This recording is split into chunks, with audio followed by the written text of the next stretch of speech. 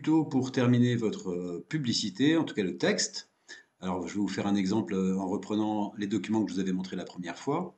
On s'était amusé avec le canard et la reine d'Angleterre. Donc, une fois que vous avez fini votre travail, vous allez alors vérifier bien qu'il est bien enregistré, nom, prénom, pub, V1, c'est la première version. Une fois que vous l'avez fini, vous l'exportez en PNG. Vous le mettez bien dans le bon dossier. Moi, je l'ai mis dans un dossier que j'ai mis sur mon bureau qui s'appelle pub 2324. Je l'exporte. Donc là, je génère une image en PNG. Normalement, ça, c'est bon pour tout le monde. Il faut que ça soit généré si vous voulez travailler dans l'autre logiciel, donc Inkscape. Donc maintenant, j'ai dans mon dossier le XCF, c'est-à-dire le format GIMP, et j'ai le format PNG qui se trouve ici. Je vais maintenant travailler dans Inkscape. Donc Inkscape, ça va vous permettre de faire le texte en vectoriel. On prend l'image en PNG et on la glisse directement dans le document de Inkscape. C'est les mêmes raccourcis, plus et moins pour zoomer et dézoomer.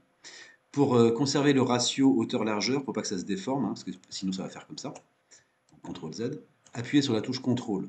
Et là, seulement avec un doigt sur la touche CTRL, vous glissez et vous calez cette image dans la page blanche qui est par défaut quand vous ouvrez Inkscape. Voilà, vaut mieux que ça déborde un petit peu que l'inverse. Je sauvegarde, CTRL S, et je vais m'appeler pareil. Alors, je vais aller mettre dans mon dossier directement. Et puis j'ai le nom pareil. Voilà, donc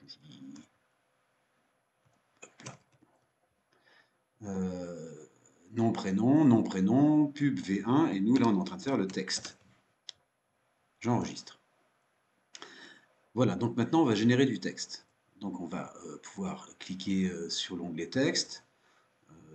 Donc je vais m'amuser avec la reine d'Angleterre. On peut double-cliquer et sélectionner ensuite les polices qu'on veut. Moi je vais prendre celle-ci par exemple.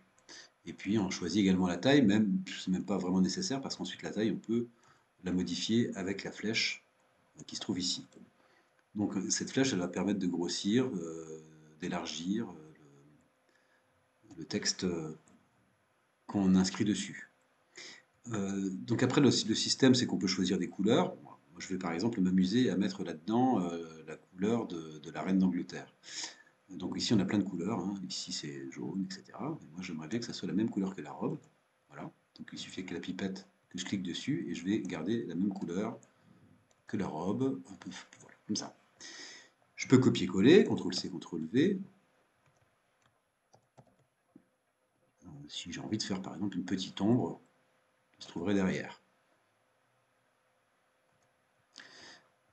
Là, le noir, il est dessus. Moi, je voudrais qu'il soit dessous. Vous avez ici des icônes qui permettent de monter ou descendre les images. Moi, je vais le descendre d'un cran.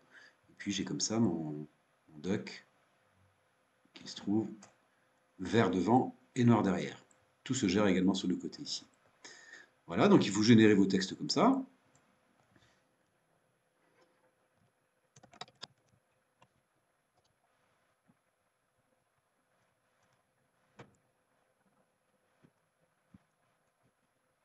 Alors, on peut également faire des formes géométriques. Parfois, on en a besoin si on veut faire ressortir une lettre, par exemple.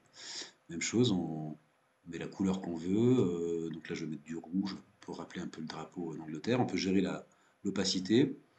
Voilà, et puis je le mets à l'endroit où je veux, parce que là, il cache les lettres. Donc je vais le descendre d'un cran, et encore d'un cran, et encore d'un cran, pour qu'il soit dans le coin. Donc tout ce qui sort de la page, en fait, ne va pas être ensuite sauvegardé au moment de l'exportation.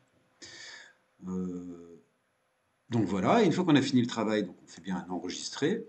Donc là, maintenant, j'ai un PNG, un format XCF et un format SVG qui est le format de Inkscape.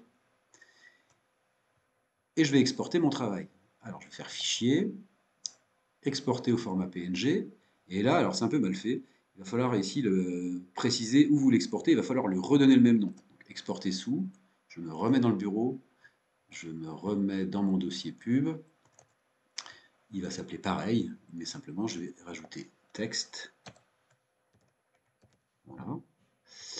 Et je vais enregistrer. Donc je vais l'exporter ici. Et j'appuie sur exporter. Attention, il faut préciser la page. Je précise, la zone à exporter, c'est la zone de la page. Et j'exporte, il colle ce que je viens de faire. On peut quitter. Et donc, je viens de générer cette image en PNG. Une fois que vous avez fini la totalité de votre travail, eh bien, vous saisissez vos documents et vous allez les glisser dans votre Drive. euh, et il y aura la totalité de ce que vous aurez produit pour réaliser cette publicité. Bon courage!